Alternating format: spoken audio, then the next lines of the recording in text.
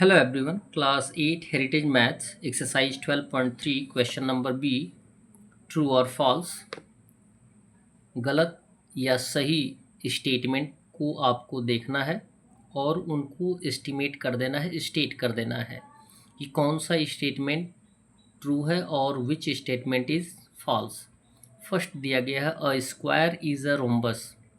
क्या एक स्क्वायर को हम रोम्बस कह सकते हैं? यस, हम सभी स्क्वायर को रोम्बस कह सकते हैं, इसलिए हम इसे ट्रू के फॉर्म में रखेंगे।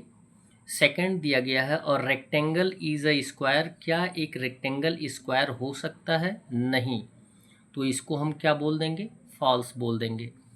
रेक्टेंगल जैसे स्क्वायर की बात आती है तो ये बताया जाता है कि स्क्वायर और रोम्बस दोनों क्वाड्रिलेटरल के जो चारों साइड्स होते हैं वो इक्वल होते हैं, और जबकि रेक्टेंगल के चारों साइड्स इक्वल नहीं होते हैं, अपोजिट साइड्स इक्वल होते हैं, और स्क्वायर में फोर साइड्स यानी चारों साइड्स इक्वल होते हैं, इसीलिए ये क्या हो जाएगा? फॉल्स हो जाएगा।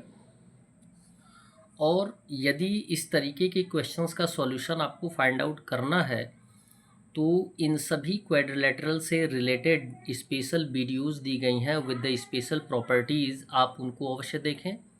Special properties of square, special properties of rectangle, special properties of rhombus, special properties of kite, इन सब की वीडियोस को आप अवश्य देखें। थर्ड दिया गया है a square is a parallelogram. क्या एक स्क्वायर पैरेललोग्राम हो सकता है? यस, पैरेललोग्राम हो सकता है। कैसे हो सकता है? क्योंकि इसके दोनों साइड यानी चारों साइड्स इक्वल होते हैं और दोनों अपोजिट साइड्स एक दूसरे के पैरेलल हो जाएंगे, इसलिए ये स्टेटमेंट क्या कहलाएगा? ट्रू कहलाएगा।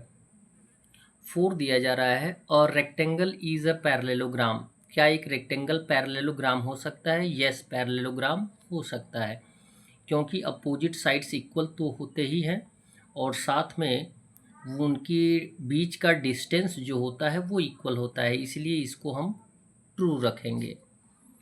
फिफ्थ दिया गया है a square is a rectangle. क्या एक स्क्वायर रेक्टेंगल हो सकता है? हाँ, रेक्टेंगल हो सकता है, क्योंकि उनकी सभी साइड्स इक्वल तो नहीं होते हैं, लेकिन जैसे कि स्क्वायर में जो फोर साइड्स होते हैं एक दूसरे के पैरेलल होते हैं, उसी तरीके से रेक्टेंगल में भी जो दोनों साइड्स होते हैं अपोजिट साइड्स वो पैरेलल होते हैं, इसलिए हम स्क्वायर को रेक्टेंगल के रूप में रख सकते हैं, इसलिए ये स्टेटमेंट क्या हो जाएगा? ट्रू हो जाएगा।